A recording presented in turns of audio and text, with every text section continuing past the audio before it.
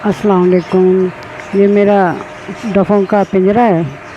इसमें माशाल्लाह 12 जोड़ा हैं। ये तो ऊपर नज़र नहीं आ रहा, ये सामने नज़र आ रहा है एक जोड़ा।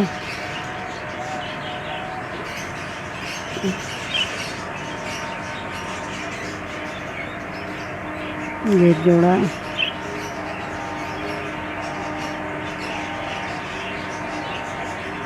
ये नाचते बहुत अच्छा है, मुझे इनकी आवाज़ और ये जो ना ये नाचते हैं बहुत प्यारे लगते हैं।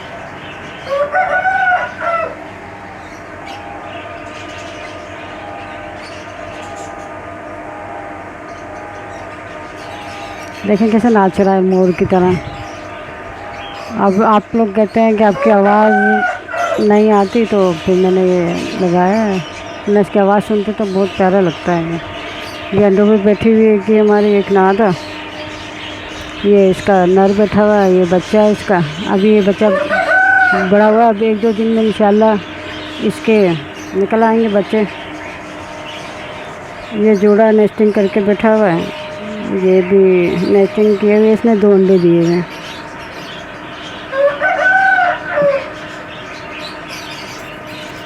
और ये बच्चा है, बाकी मांग रहा है खाना।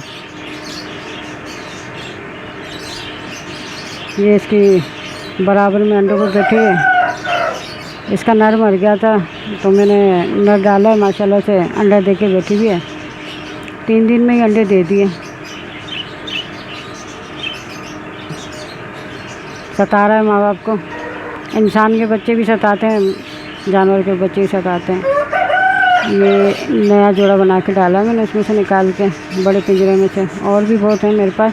अभी 15 जोड़े माशाल्लाह बेचे थे मैंने 1500 के हिसाब से।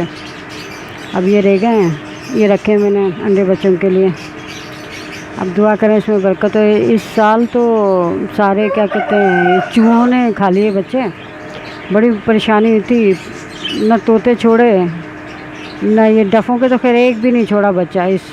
ये अभी नए निकले हैं। फिर मैंने चूहों को ऐसा मारा, सारे चूहे ख़त्म कर दिए। अब एक भी नहीं है छत पे चूहा माशाल्लाह। जिसको भी ये चूहों का सेटअप में सता रहे हो मुझे कमेंट करें, मैं उनको ज़रूर बताऊंगी कि ना चूहों को कैसे मारते हैं। तो इंशाअल्लाह ताला उनके चूहे ना मर जाएंगे और मुसीबत भी नहीं होगी। वरना ये चूहे ना बड़े शौक़ से डफ़ों के बच्चों को खाते हैं। एक डफ़ को तो ऐसा खाया था, उसका सीना पूरा खा गए थे। ज़िंदा थी बेचारी, 2 दिन ज़िंदा रही, फिर वो मर गई। उसके पानी निकल रहा था, जो भी खा रही थी वो निकल रहा था, मगर इतनी तकलीफ़ में कैसे ज़िंदा रहती बेचारी। तो अब इनके चूहों का ख़ात्मा हो गया है। इंशाल्लाह अब अंडे बच्चे आएंगे और आपको मैं दिखाऊंगी। ये अंडों में बैठी है, उसका बच्चा बैठा है अपने मामा के पास। और ये नए बच्चे